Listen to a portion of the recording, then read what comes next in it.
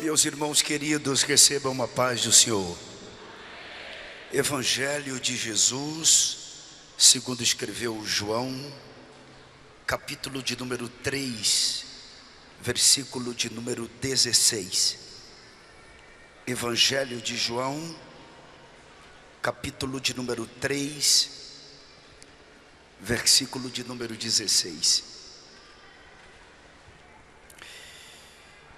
Porque Deus amou o mundo de tal maneira que deu o seu Filho unigênito, para que todo aquele que nele crê não pereça, mas tenha a vida eterna. Por favor, por duas vezes, vamos juntos? 3, 2, 1. Porque Deus...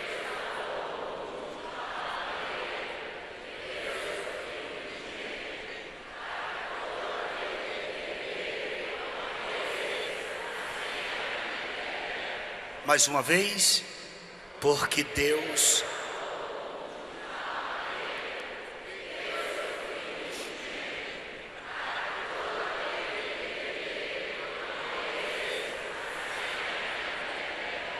Amém. Por favor.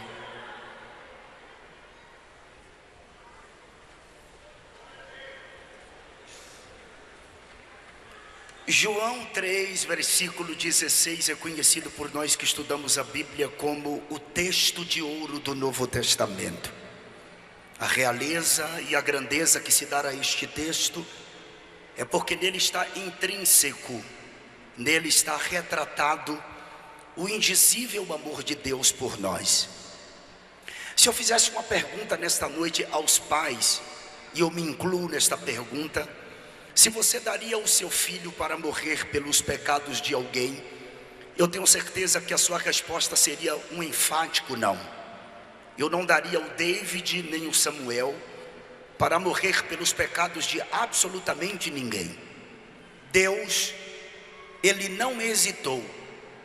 Apenas com um único filho, Ele o deu para que morresse na cruz do Calvário para efetuar a nossa redenção. Isaías capítulo de número 53, existe uma biografia de Cristo antecipada, e o profeta messiânico diz no capítulo 53, a partir do versículo de número 1: quem deu crédito à nossa pregação? E a quem se manifestou o braço do Senhor? Porque foi subindo como renovo perante ele, como raiz de uma terra seca, não tinha parecer nem formosura, e olhando nós para ele, nenhuma beleza víamos para que o desejássemos.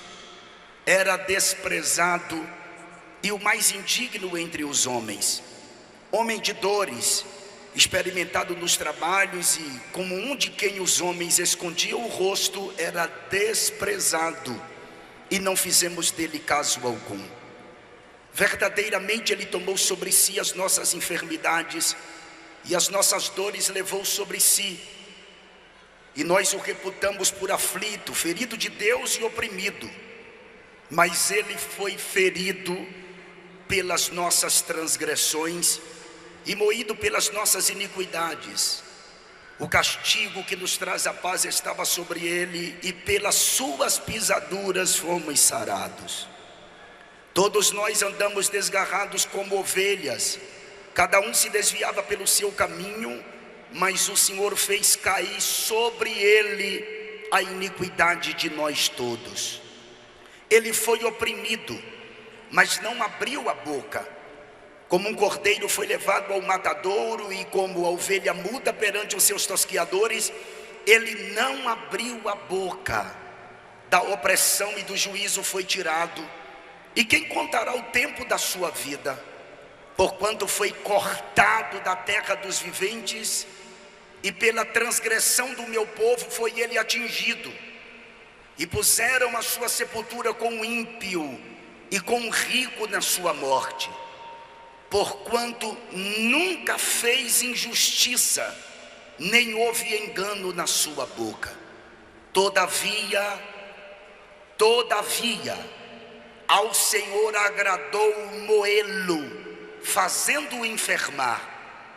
quando a sua alma se puser por expiação do pecado, verá a sua posteridade, prolongará os dias, e o bom prazer do Senhor prosperará na sua mão. 750 anos mais tarde, nasceu Jesus em Belém. Todo mundo sabe que ele nasceu em Belém. Ele foi criado na pobre e miserável Nazaré. Pobre e miserável Nazaré, porque Nazaré era um lugarejo chamado de cidade, que não tinha mais do que 100 famílias, famílias agricultoras que dormiam no chão. Isso significa dizer que Nazaré não passava de 300 habitantes. Foi exatamente neste lugar que Jesus foi criado. Muita gente me pergunta em alguns seminários que eu dou: pastor, como que foi a infância de Cristo? Por que a Bíblia omite a infância de Cristo? Só fala apenas quando ele tinha 12 anos de idade, que ele pregou no templo. Existe um propósito para isto? Não existe propósito absolutamente nenhum em a Bíblia omitir a infância de Cristo. E isso porque a infância de Jesus foi como a infância de todo garoto judeu, assim como a sua adolescência, assim como a sua juventude. Com 5 anos de idade, era o período em que o menino passava por um outro ciclo de vida, ou ele entrava num novo ciclo. Ele começava a estudar os 5 primeiros livros da Bíblia: Gênesis, Êxodo, Levítico, Número e Deuteronômio. Quando ele completava 10 anos, ele já tinha decorado todos os 5 primeiros livros da Bíblia. E ele entrava num segundo ciclo de vida, onde nesse segundo ciclo de vida, ele aprendia sobre os livros históricos, poéticos e proféticos. Quando o garoto completava 14 anos de idade, era o momento do garoto decidir acerca da sua vida. Ou ele iria aprender aos pés de um mestre, ou senão ele iria dedicar-se à profissão do seu pai. Como Jesus não tinha um mestre à altura para ensiná-lo, Jesus optou a dedicar-se à profissão do seu pai. Isso significa que Jesus trabalhou durante toda a sua vida com prego, martelo e madeira, os instrumentos da sua própria crucificação. Quando ele completa 30 anos de idade, ele coloca a sua caixa de ferramenta nos ombros, vai até o Rio Jordão. Lá é batizado pelo seu primo João Batista, e a partir de então dá-se início ao seu ministério. Quando Jesus começou a pregar, Jesus se estabeleceu na cidade de Cafarnaum, uma cidade naquela época considerada uma grande cidade, com cerca de 3.000 habitantes. Jesus não só passou a residir em Cafarnaum, como também Cafarnaum se tornou sede do seu ministério. Quando Cristo começa a pregar, várias invejas surgiram por conta das facções religiosas existentes naquela época. O Evangelho segundo escreveu Lucas, no capítulo de número 4, versículos 28 e 30, diz que na primeira pregação que Jesus fez, tentaram matá-lo. A verdade é que nos dias de Jesus existiam pelo menos 26 facções religiosas, mas a maior e mais implacável e contundente perseguição sofrida por Cristo foi por conta da cúpula judaica. A cúpula judaica era composta de 3 classes de pessoas que viviam interligadas entre si. Eram eles os escribas, os homens inteligentes daquela época, os chamados copistas da lei, os anciãos, que eram os homens dotados de caráter maduro, que tinham habilidade para aconselhar as pessoas que lhes procuravam, e os fariseus, que controlavam 60% do povo no quesito religião. Escribas, anciãos e fariseus formavam uma cúpula judaica. Cúpula esta que, desde que Cristo iniciou o seu ministério, de alguma forma planejaram incitaram o povo a matar Jesus. Em Marcos capítulo de número 14, versículos 1 e 2, tem o plano para matá-lo. Olha o que está escrito: faltavam apenas 2 dias para a Páscoa e para a festa dos pães sem fermento, e tanto os líderes dos sacerdotes como os professores da lei procuravam um meio de prender Jesus à traição e matá-lo.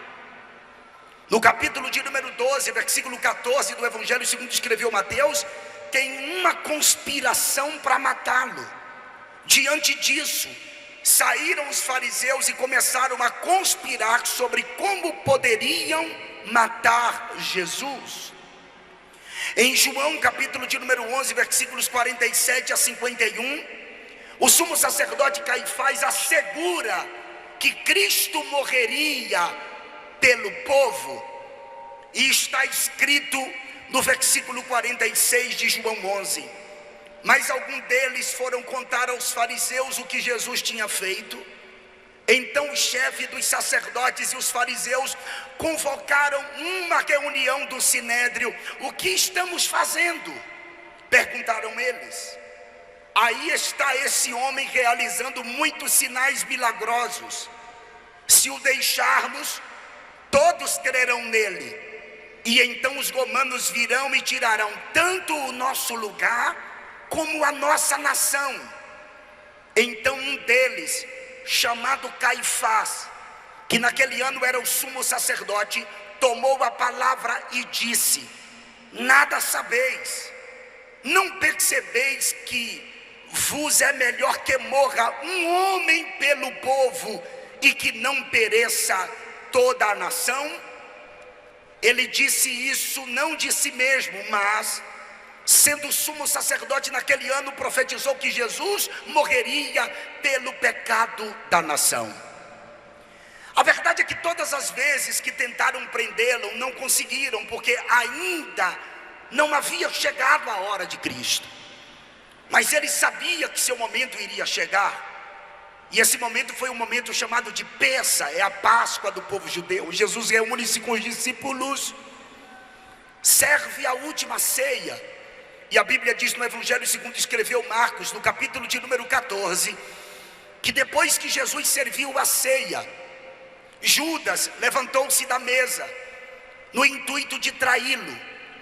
Jesus sabia que iria passar por uma madrugada de interrogatório, sabia que iria sofrer na casa do sacerdote, da casa do sumo sacerdote, mas mesmo assim, antes de se levantar da mesa e ir para o monte orar, a Bíblia diz que Jesus cantou um hino. Isso mesmo, Jesus cantou um hino.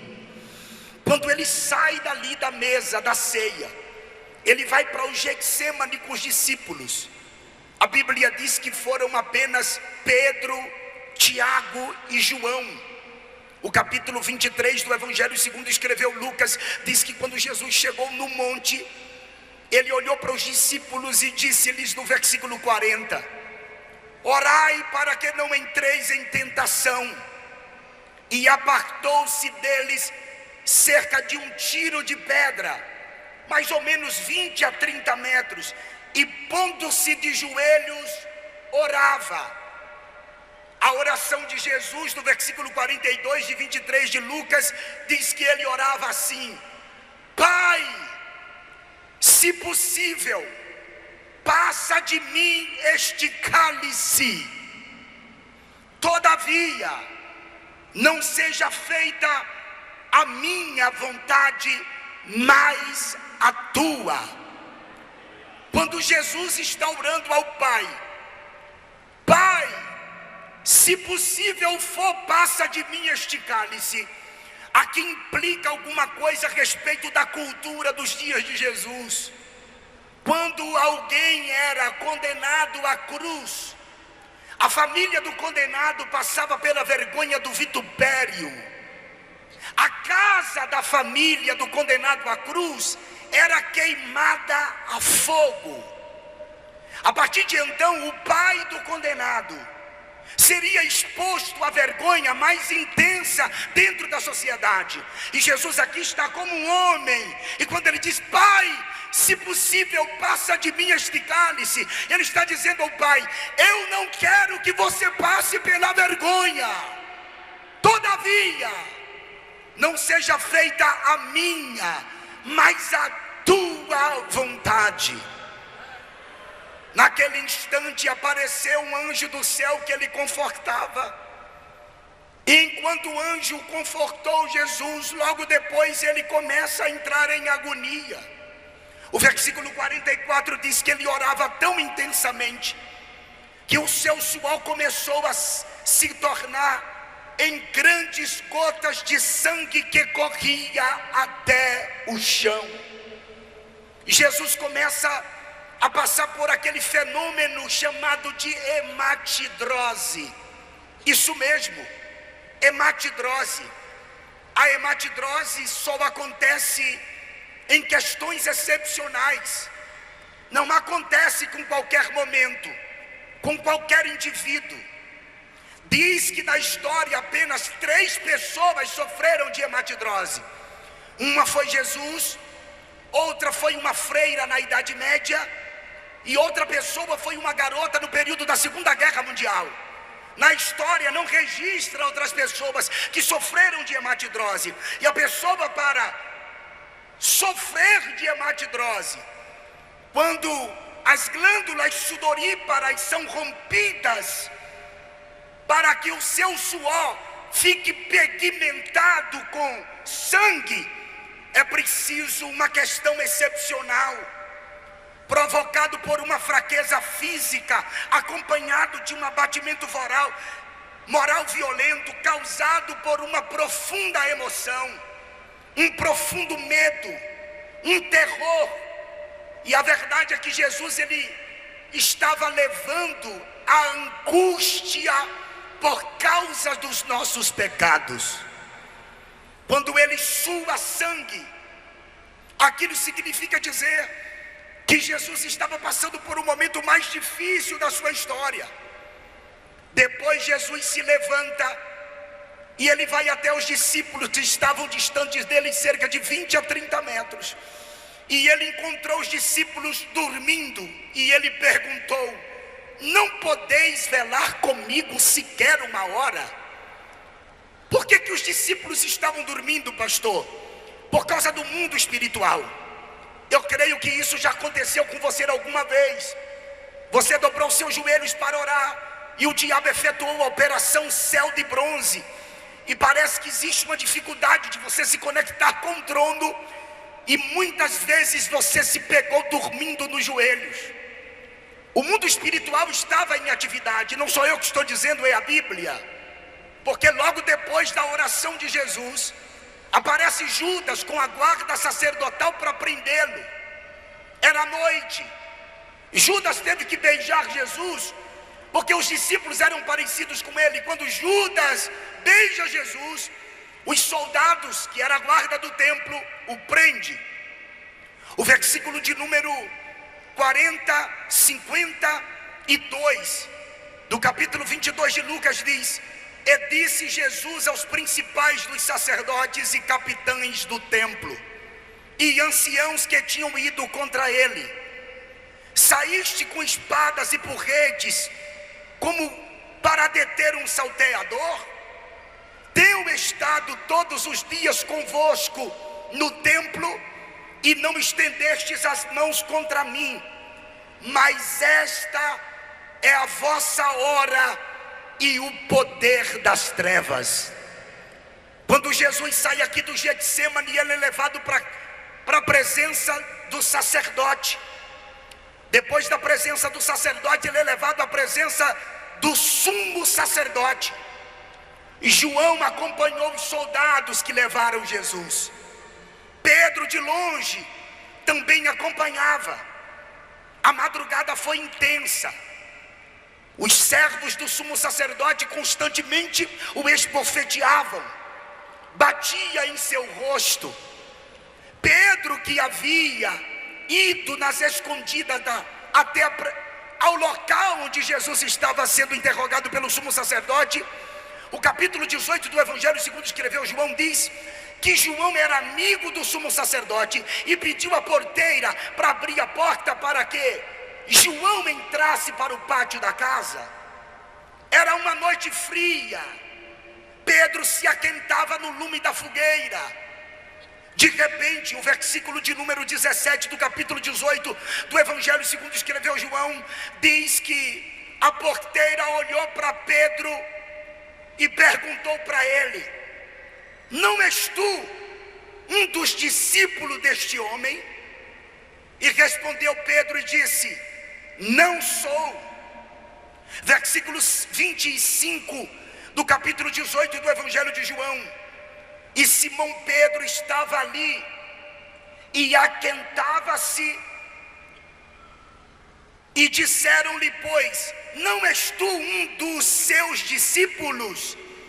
E ele negou pela segunda vez e disse: não sou. Versículo de número 26 e 27: e um dos servos do sumo sacerdote, perante aquele a quem Pedro cortara a orelha, disse: não te vi eu no horto com ele? Pedro negou terceira vez e logo o galo cantou. Pastor, por que o galo cantou quando Pedro negou pela terceira vez? O galo aqui não significa apenas a ave que canta. Aqui significa pelo menos duas coisas. Primeiro, era o momento da troca da guarda romana.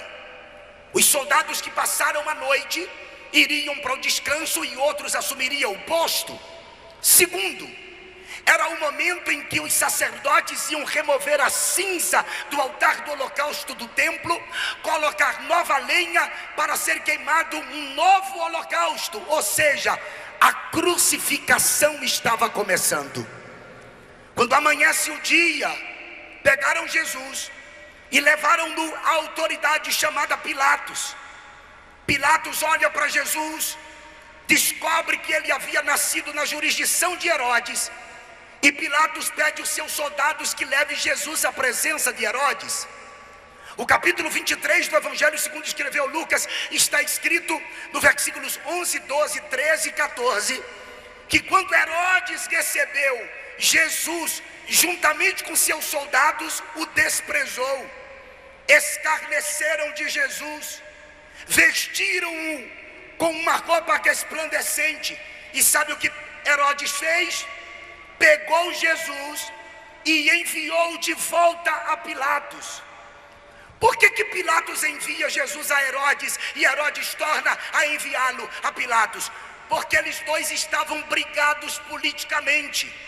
E a Bíblia quem diz isso, versículo de número 12 de 23 de Lucas: e no mesmo dia Pilatos e Herodes entre si se fizeram amigos, pois dantes andavam em inimizades um com o outro. Quando Pilatos recebe Jesus de volta, a Bíblia diz que Pilatos ordenou que o flagelasse. O flagelo era algo insuportável. E a verdade é que depois do flagelo, a autoridade por nome Pilatos era para soltar Jesus. Eu creio que a maioria dos que estão aqui já viram aquele filme de Mel Gibson chamado de A Paixão de Cristo. No meu ponto de vista de investigador desse assunto, ninguém relatou tão apropriadamente a crucificação de Jesus e o seu flagelo como este filme A Paixão de Cristo. E se os senhores não conhecem esse filme, por favor assista. Inclusive, procure no YouTube o ator principal chamado de Jim Caviezel, que por conta do filme que protagonizou, ele acabou se convertendo e o seu testemunho é extraordinário. É impossível você não chorar com o testemunho desse indivíduo, que diz ele que sofreu retaliações depois do filme. Inclusive, depois do filme, Hollywood nunca mais o convidou para fazer um grande papel. O flagelo era insuportável. O prisioneiro, o condenado, apanhava nas costas, na frente, até mesmo na sola dos pés.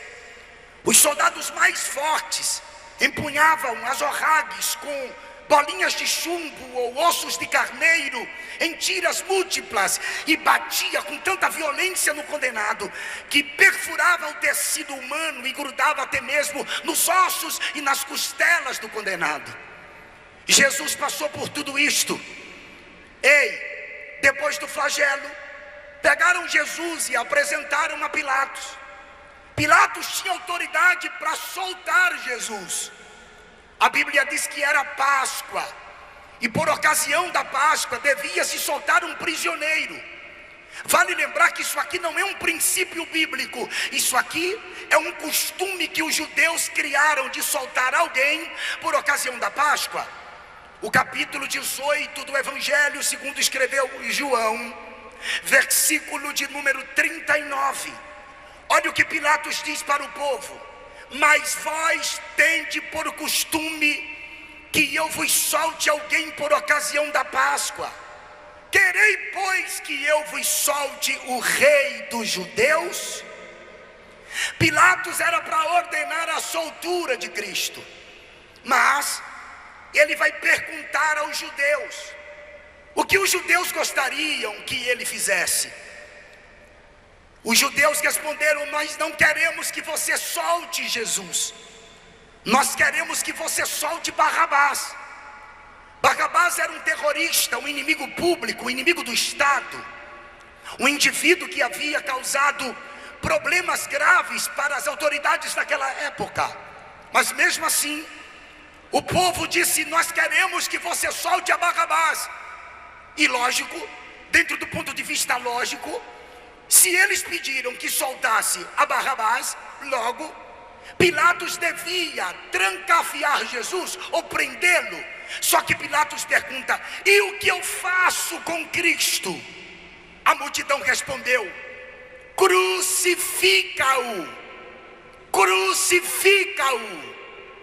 Pilatos, que morava na Fortaleza Antônia com a sua esposa Cláudia, perguntou isso estando na parte superior da sua casa.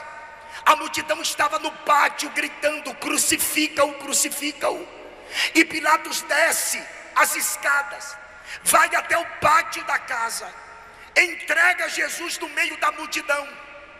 Dali a multidão assumiu, pois agora Jesus é conduzido até o Gólgota. Da casa de Pilatos até o Gólgota era 1 hora, o indivíduo levando a cruz nas suas costas.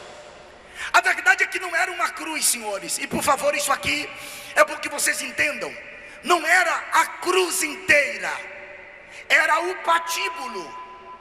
O patíbulo da cruz é a parte horizontal, onde se coloca as mãos.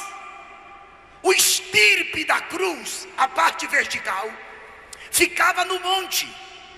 E por que não era a cruz inteira, pastor Denilson?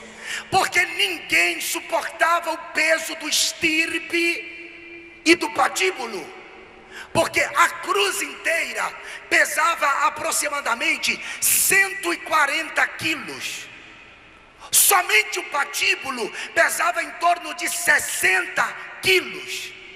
O indivíduo não tinha como levar em suas costas, e ele pega o patíbulo e ele vai caminhando em direção ao Gólgota.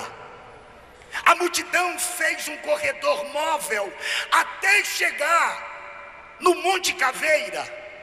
Enquanto ele caminhava, o povo chutava, esbofeteava-o, cuspia ali. Ele estava muito fraco, apático, ele estava com fome, com sede.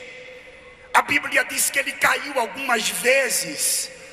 Teve um momento que ele caiu, que viram que ele tinha dificuldade de se levantar, e pegaram um homem por nome Simão de Cirene, ou Simão Cirineu, e constrangeram a levar a cruz.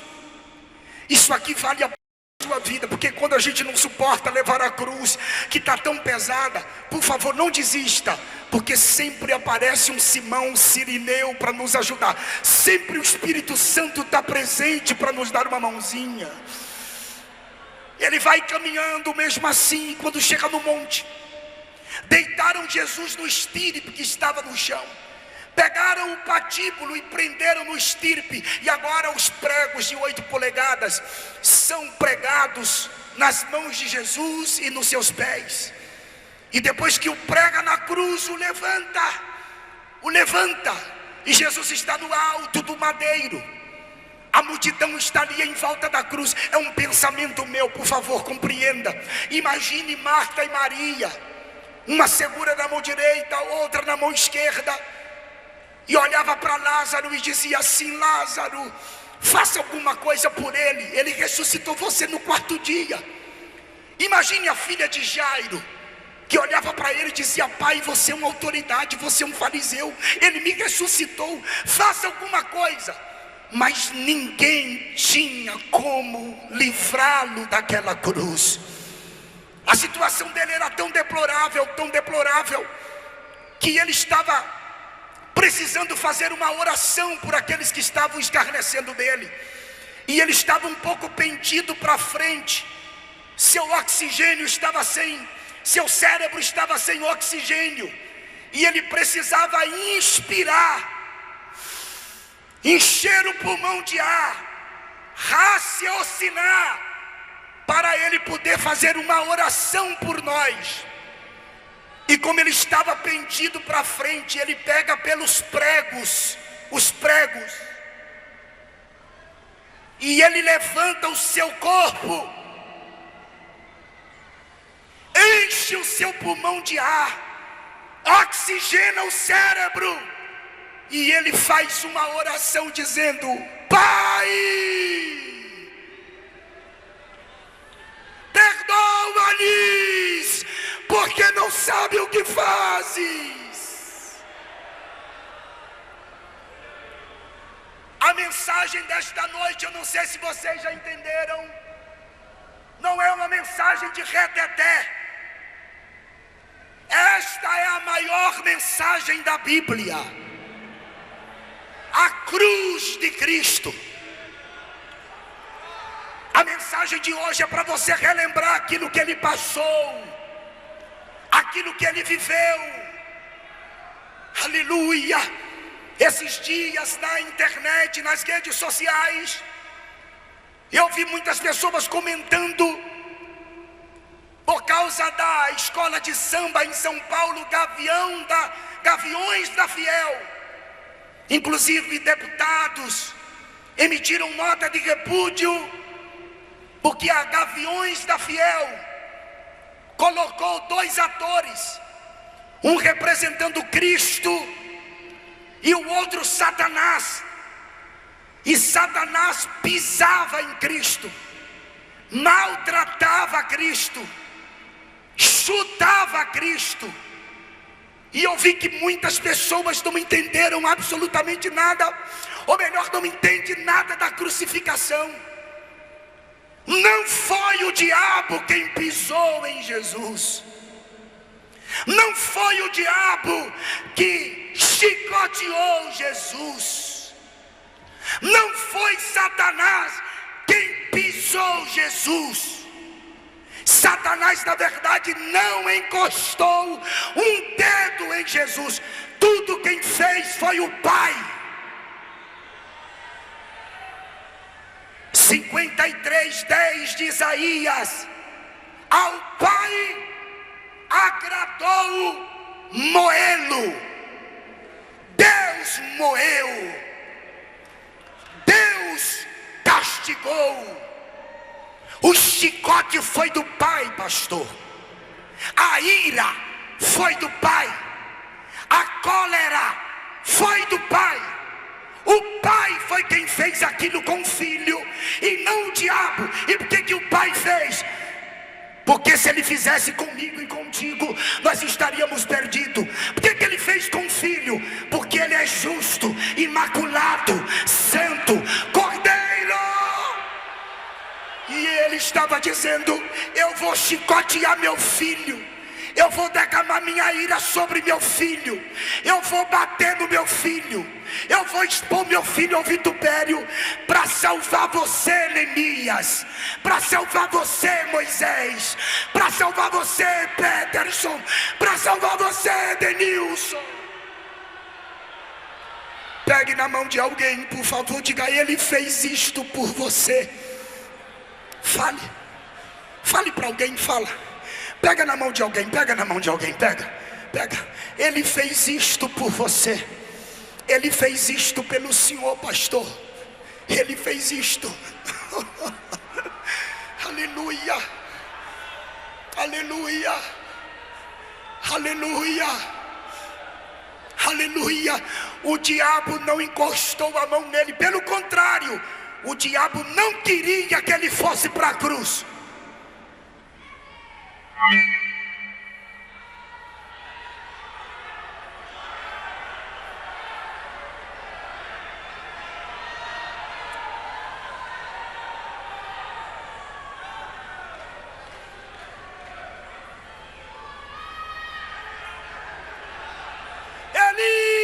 Eli,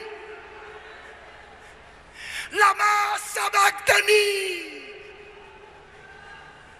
Teve um momento que ele se sentiu só. Lembra que ele havia dito: o Pai está em mim, eu estou no Pai. Mas aqui ele está gritando: por que me desamparaste? Onde estava o Pai? Furioso. Salmo 18. O Pai está furioso. Salmo 18. O Pai está furioso porque quer tirar o filho da cruz, mas não pode. Os salmos falam de Cristo como nosso Salvador. O Salmo 41 é ele na ceia. O 22 ele está na cruz. O 16 ele está no túmulo. O 18 ele ressuscitou. O 24 que o pastor leu é ele voltando para a glória. No 22 está escrito, olha só o que está escrito no Salmo 22. O que o salmista está vivendo aqui é o que ele vive. Muitos touros me cercaram, fortes touros de Bazã me rodearam. Abriram contra mim suas bocas, como leão que despedaça e que ruge. Como água me derramei, e todos os meus ossos se desconjuntaram. O meu coração é como cera e derreteu-se dentro de mim. Isso fala do amor dele por nós. A minha força se secou como um caco. Ele estava fraco. E a minha língua se apega ao paladar. Me puseste no pó da morte, pois me rodearam cães. O ajuntamento dos malfeitores me cercou. Traspassaram-me as mãos e os meus pés. Pastor Denilson, por que o pai estava tão irado? Porque não podia. Ele podia. É paradoxal, tá? Ele podia tirá-lo da cruz, mas ao mesmo tempo não podia, porque ele nos amou. Deus amou o mundo de tal maneira que deu seu Filho unigênito, para que todo aquele que nele crê não pereça, mas tenha vida eterna. O sofrimento dele foi tão intenso, que ele pegou e se rendeu. Ouça isto aqui: ele se rendeu. Não foi a morte que o matou. A morte não matou Jesus. Foi ele quem se rendeu, dizendo: Pai.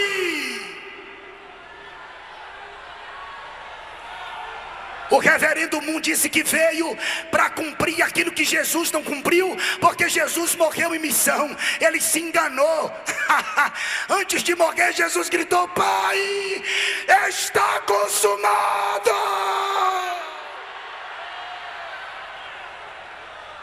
Em tuas mãos entrego o meu espírito.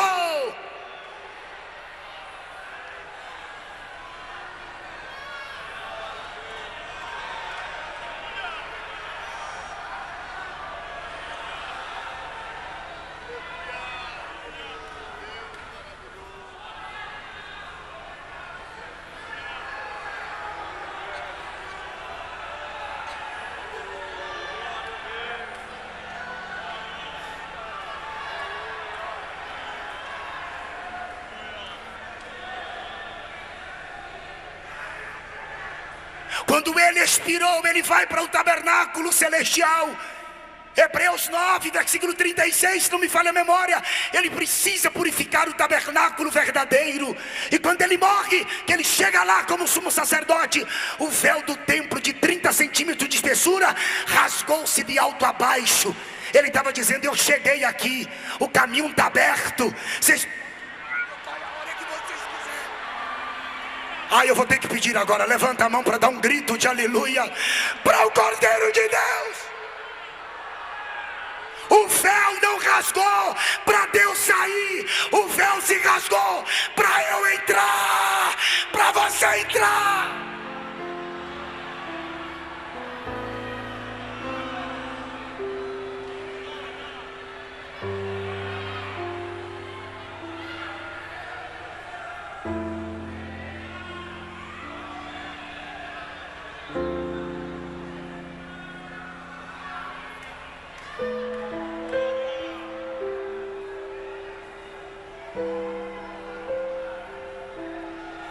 Ele estava dizendo: eu cheguei aqui, eu venci.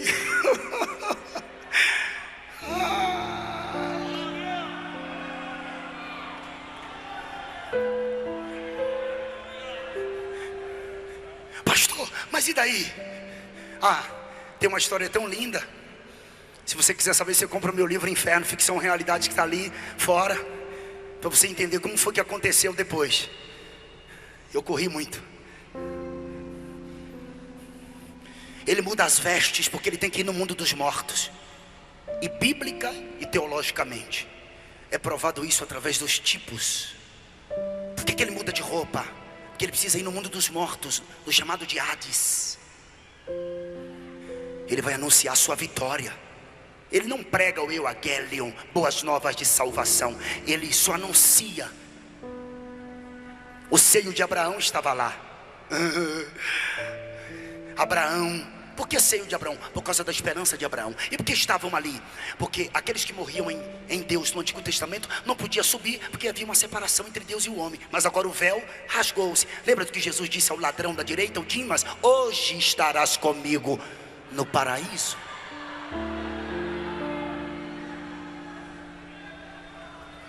Pensa quando Jesus chegou lá embaixo. Abraão olhou e disse assim: foi a minha fé. Adão olhou e disse assim: eu me vesti com as vestes dele, com a pele dele. Ele é o cordeiro morto na fundação do mundo. Sansão olhou e disse: ele foi a minha força. Manoá gritou: eu o vi numa coluna de fogo. Isaac disse: ele é o poço que deu águas vivas. Jacó gritou: eu lutei com ele no val de Jaboque. Daniel disse: eu vi como um ancião de dias, mas estava na cova dos leões comigo.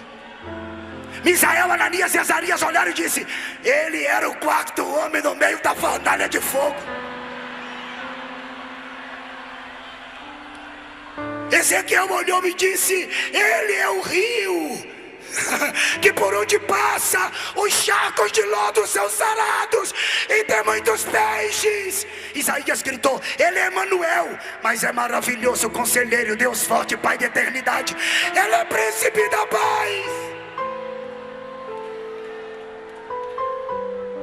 Os ateus dizem que ele não é nada. Os comunistas dizem que ele foi um revolucionário.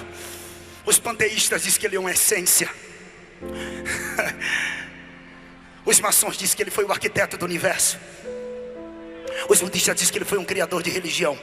Os islâmicos acham que ele é menor do que Maomé. Os espíritos dizem que ele é um espírito evoluído. Silvio Santos disse que ele é um político. Se viesse hoje, seria um político como Luiz Inácio Lula da Silva, Ciro Gomes ou outro qualquer. Mas Maria Madalena olhava para ele e dizia: é o Rabundi do jardim. Bartimeu disse: é o prazer de enxergar. Lázaro disse: melhor amigo não tem. João diz: é o amor. Pedro disse: é a pedra que a igreja, a Assembleia de Deus de Betim está edificando. Paulo disse: ó, a profundidade das riquezas, tanto da sabedoria como da ciência de Deus. João Batista disse: ele é Rei Serra, Elohim, Hanishó, Ed Hatat, Haaret. Ele é o Cordeiro de Deus que tira o pecado da terra.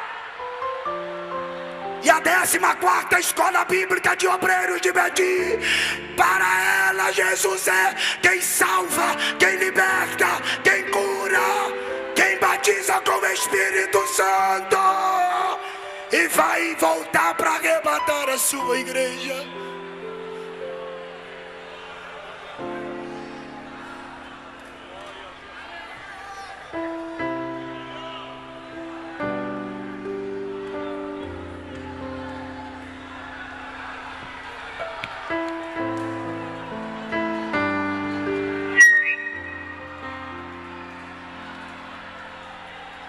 Quem celebra Cristo nesta noite, levante a mão, levante a mão, levante a mão, levante a mão, dá um grito de aleluia para o Cordeiro de Deus.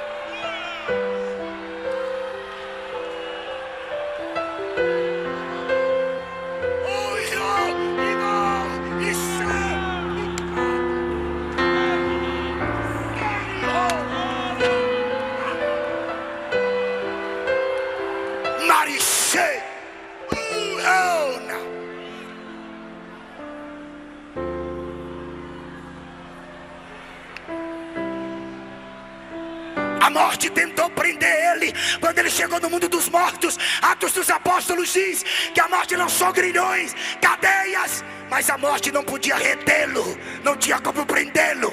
Ele quebrou os grilhões, as cadeias.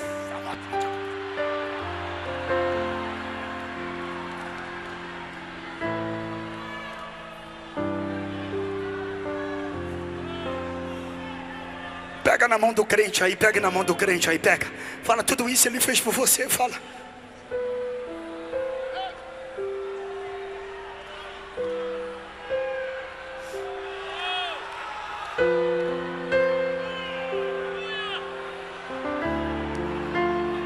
Alguém sente a presença dele. Alguém sente a presença dele. Alguém sente a presença dele. Alguém sente a presença dele nas arquibancadas. Alguém sente a presença dele. Alguém sente a presença dele. Então celebre a ele. Eu quero terminar a mensagem de pé, porque meu tempo está chegando. Fica de pé, fica de pé, fica de pé, fica de pé, fica de pé.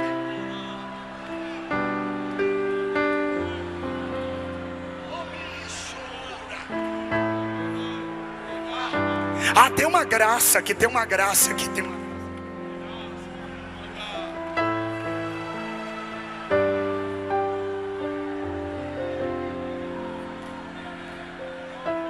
Domingo de manhã cedo, as mulheres do sepulcro. Quem? Maria Madalena. Quando chega no sepulcro, o sepulcro estava vazio, o sepulcro estava aberto.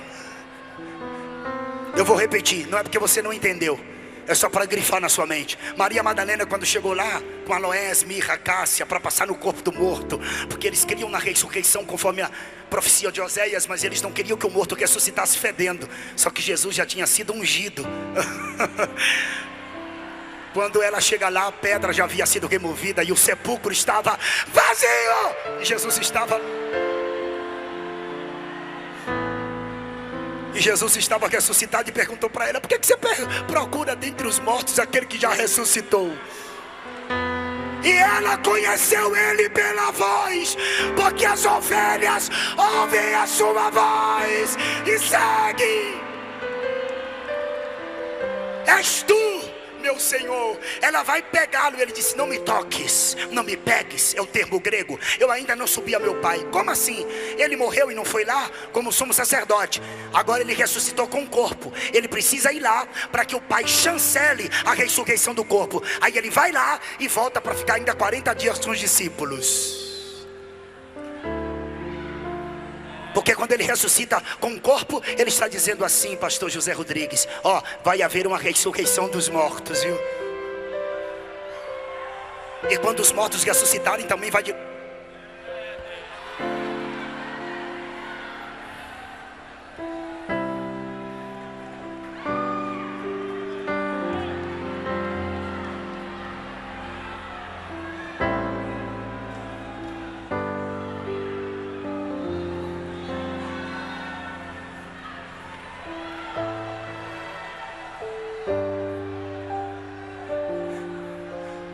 Vai e avisa para Pedro que eu estou vivo. Por que avisar para Pedro? Que Pedro havia negado. Em outras palavras, ele estava dizendo: diga a Pedro que eu perdoo ele, que ainda está de pé o meu pacto com ele. Diga a ele que ele me negou, mas não esqueci dele não, está de pé. Eu venci por ele, inclusive. Avisa lá para ele. Eu tinha tanto para dizer a vocês, estou procurando aqui os espaços. Eu quero terminar.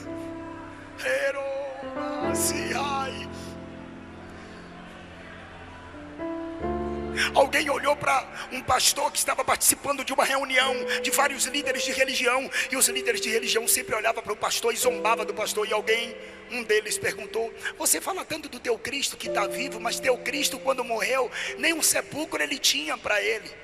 E o pastor respondeu: para que ele queria um sepulcro para ele mesmo, se ele só ia passar um final de semana? O sepulcro está vazio. He's not here. Ele não está mais aqui.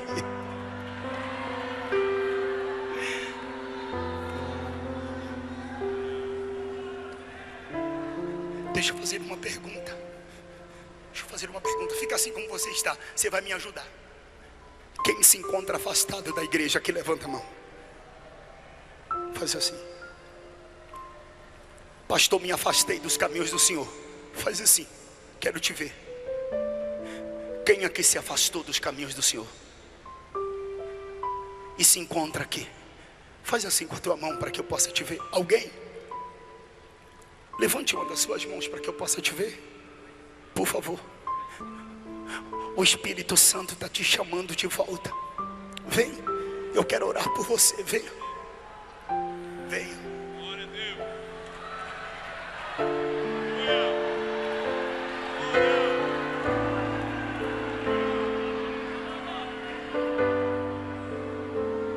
Venha. Eu posso fazer um pedido para vocês. Você que está aqui nas arquibancadas, dá uma olhada na direita e na esquerda. Veja se tem alguém do seu lado não evangélico. Quem não é evangélico aqui, levanta a mão. Quem não é? Quem não é evangélico?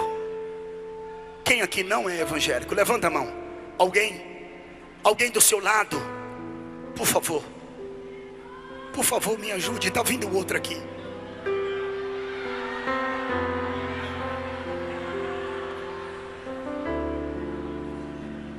Tem mais alguém? Tem mais alguém? Eu pediria por obséquio, ao seu lado esquerdo, direito, alguém que se encontra afastado, afastada. Cadê? Traz ele aqui. Eu quero orar por você. Vem.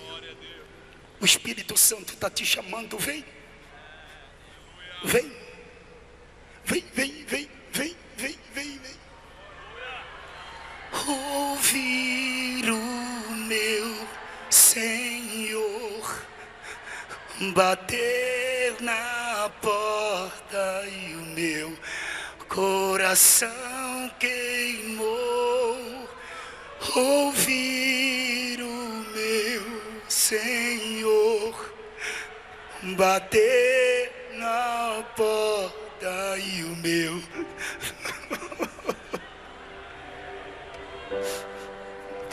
eu não vou parar. Vem, gastarei. Traz ele, traz ele, traz.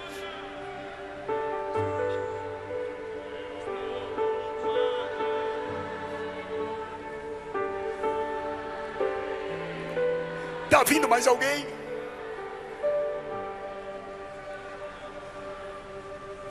Muitos querem suas mãos, nós queremos os seus pés. Muitos querem suas mãos, nós queremos seus pés. Deixa queimar, deixa queimar.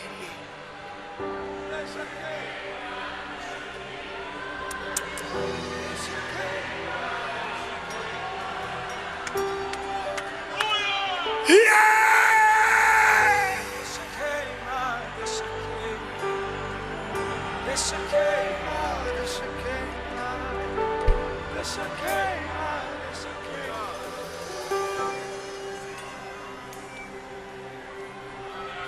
Laralá,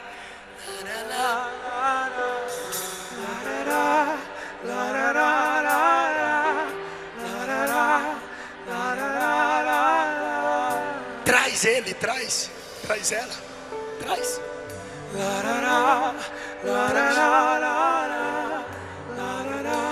Traz ela, traz ele.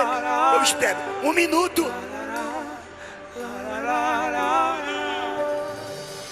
Tem mais alguém? Deixa queimar, deixa queimar. Tem mais alguém? Deixa queimar, deixa queimar. Deixa queimar, deixa queimar. Deixa queimar, deixa queimar. Deixa Dá um grito de glória pra ele. Deixa queimar, deixa queimar. Ali, glória.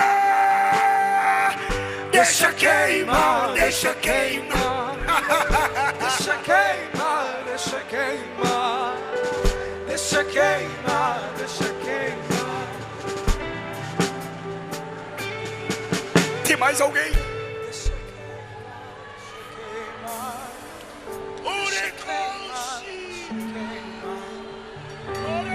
queimar, deixa queimar. Deixa queimar, deixa queimar.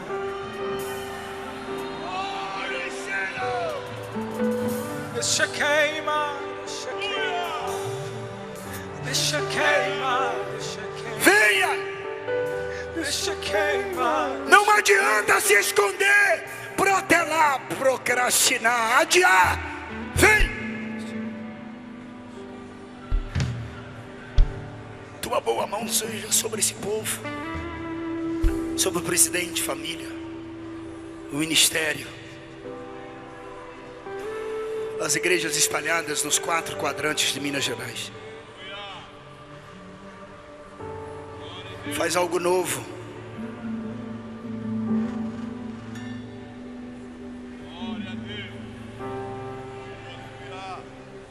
Alarga as suas tendas e ordena do alto a tua bênção sobre o teu povo.